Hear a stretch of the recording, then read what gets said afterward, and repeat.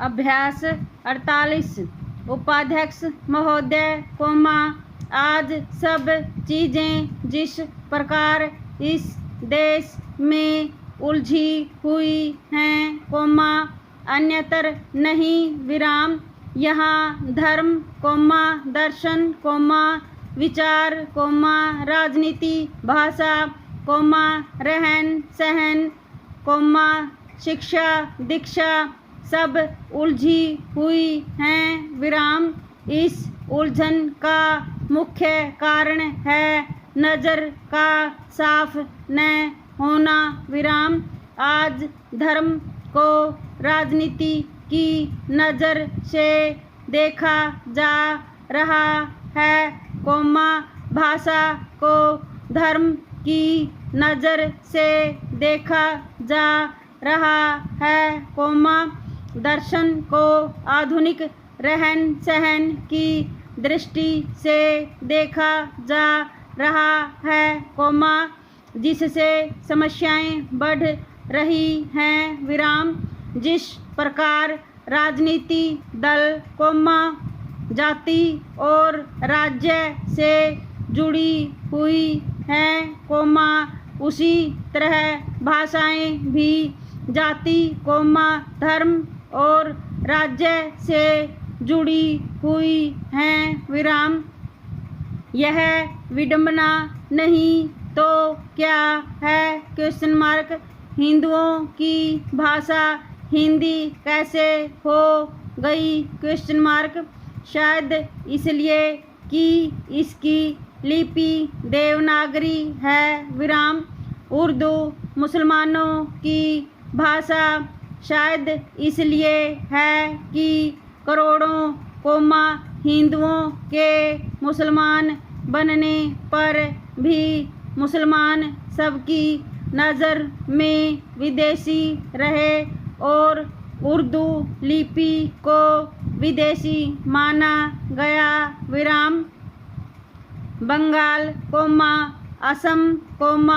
आंध्र प्रदेश आदि के हिंदुओं की भाषा हिंदी नहीं है और न ही वहाँ मुसलमानों की भाषा उर्दू है, बंगाली, मद्रासी, असमी हिंदुओं की भाषा हिंदी नहीं होने के कारण ही हिंदी भाषी हिंदुओं से उनका पृथक अस्तित्व बना हुआ है, नक्शंजा राजनीति ने भाषाओं को जो नुकसान पहुंचाया है वैसा किसी ने नहीं, विश्वविद्यालयों में शिक्षा का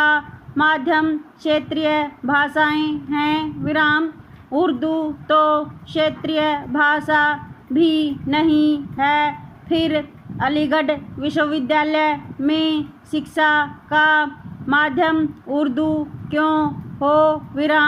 आजकल विश्वविद्यालयों में परीक्षा का माध्यम बहुत अटपटा है, हिंदी भाषी क्षेत्रों को छोड़कर कहीं परीक्षा और शिक्षा का माध्यम हिंदी नहीं है,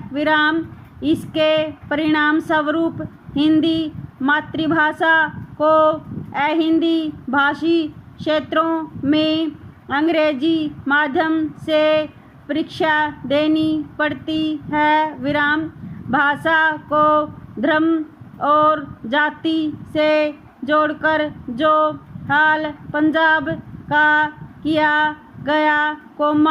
अब वही हाल उत्तर प्रदेश और बिहार का किया जा रहा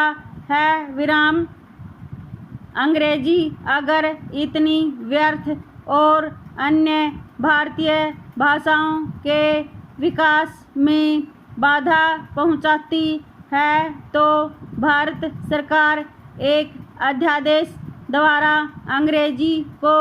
समाप्त क्यों नहीं कर देती, क्या अंग्रेजी को समाप्त करने के लिए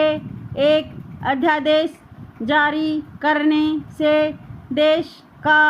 विभाजन हो जाएगा? Question mark. यह आरोप कि हिंदी संस्कृतनिष्ठ होती जा रही है,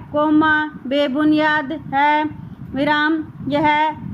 हिंदी का कठिन होना नहीं, यह तो भाषा के विकास की प्रक्रिया है,